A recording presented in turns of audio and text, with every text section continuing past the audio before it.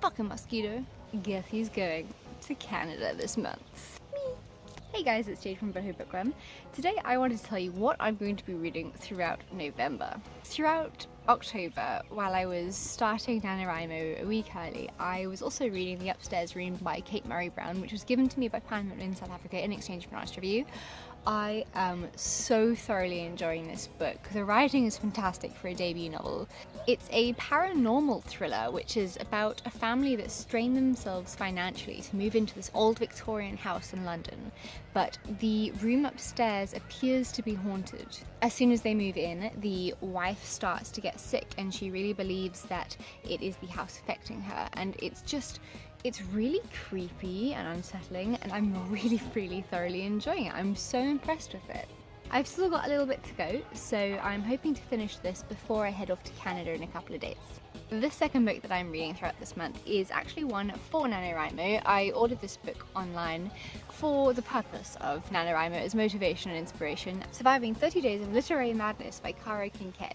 This is basically just like a Nanowrimo Bible. It's filled with quotes and just motivation and inspiration to get you through every single day of the month. So right now it is the 2nd of November and there's literally an entry for every single day, which is really special, so you can read it very slowly throughout the month and just have a little bit of motivation. So I really like this. I found it on loot.co.za, but I'm very sure you could order it off Amazon or whichever website you normally order your books from. As I am writing a novel this month, I am going to be reading a couple of books that aren't necessarily novels. I'm reading a couple of books that are more for the purpose and benefit of writers. So the one is writing a novel and getting published for Dummies. The literary agent that I so desperately want to pick my book up one day is Lizzie Kramer, who was a literary agent for The Girl on the Train. And I don't know why, I've had it in my head for years that she would be my literary agent, and it's my goal to make it happen. So I'm really excited that she actually had a part of this book, because I think maybe if I follow the steps in the process and the advice that this book gives, perhaps it'll help me to wangle my way in with her. So hopefully that's going to happen. I haven't even flicked through this book yet, so I'm very excited to do so. Then I'm going to be reading Light the Dark: Writers on Creativity, Inspiration and the Artistic Process. Featured writers in here are Neil Gaiman, Stephen King, Elizabeth Gilbert, Roxane Gay and many more. As far as I know, there's about 46 really highly acclaimed authors featured in this book. And it's just them giving you their take and opinion and their advice on their creativity process and how they do things, which I'm very excited to get, insider's knowledge into, considering I am hopefully going to be a very good thriller novelist one day. For a novel, I am very excited to finally have my hands on a copy of Without Merit by Colleen Hoover. I ordered the hardback copy and it is absolutely gorgeous.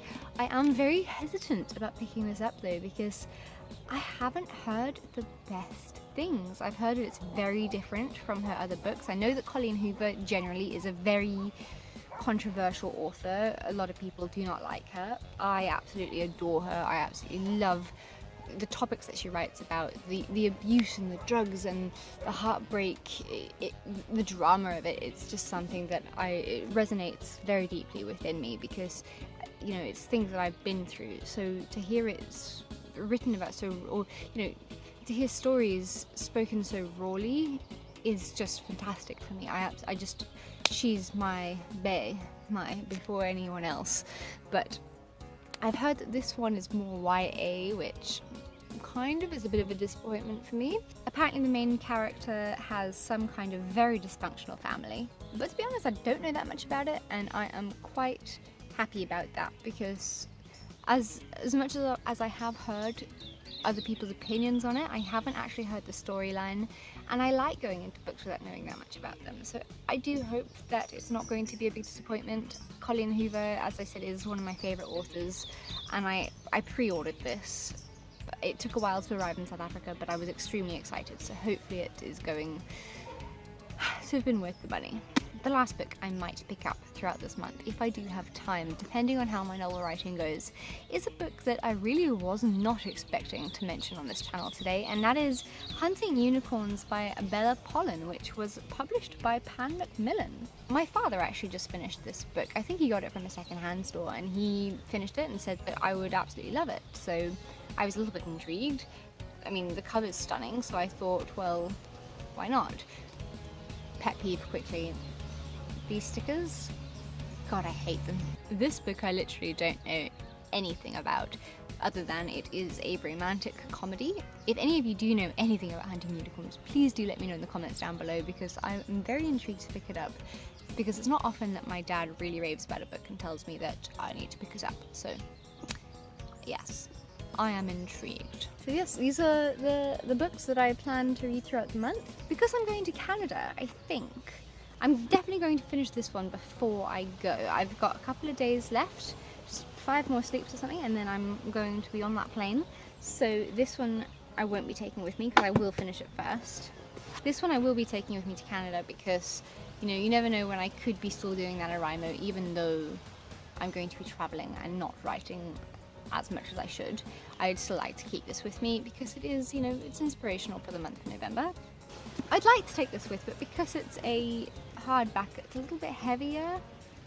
I don't know. I might just stick with my audiobooks for the trip, to be fair. It's going to be way easier on the luggage front. I started trying to listen to Adam Silvera's History Is All You Left Me on Audible, which, to be honest, I didn't get into straight away. But I'm hoping if I have more time with it, then I'll slowly ease my way into it. It's been a while since I've listened to anything on Audible, actually. Anyway, let me know what you guys are reading in the comments down below, and I hope you all have an amazing reading month. And if you're doing NaNoWriMo, I hope you are having a cracking month writing your novel. See you later, guys. Bye.